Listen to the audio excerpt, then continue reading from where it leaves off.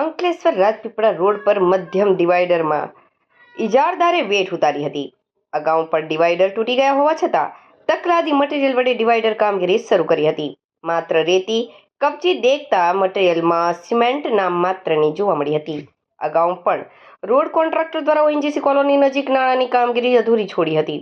અંકલેશ્વરથી રાજપીપળાને જોડતા માર્ગ પર અંકલેશ્વર ઓએનજીસી ઓવરબ્રિજ સુધી રોડ પહોળા કરી ડિવાઈડર ઊભા કરવામાં આવ્યા હતા. જો કે આ તકલાદી ડિવાઈડર હજુ માંડ 1 વર્ષ થયા ને તૂટી ગયા હતા.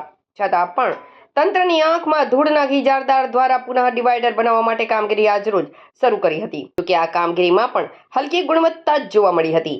ઇજારદાર દ્વારા ડિવાઈડર માટે ઉપયોગમાં લેવાયેલ મટીરીયલમાં માત્ર રેતી અને કપચી જ નજરે પડી હતી. સિમેન્ટ જેનાથી મજબૂતી પકડાય તે નામ માત્રની જોવા મળી હતી. જેના લીધે બની રહેલા ડિવાઈડર ટકશે કે કેમ તેવા સવાલ ઊભા થયા હતા. હલકી કક્ષાની કામગીરી કરતા ઇજારદાર સામે કાર્યવાહી થશે કે પછી તેરી ભી ચૂપ મેરી ભી ચૂપની નીતિ અપનાવશે તે જોવું રહ્યું.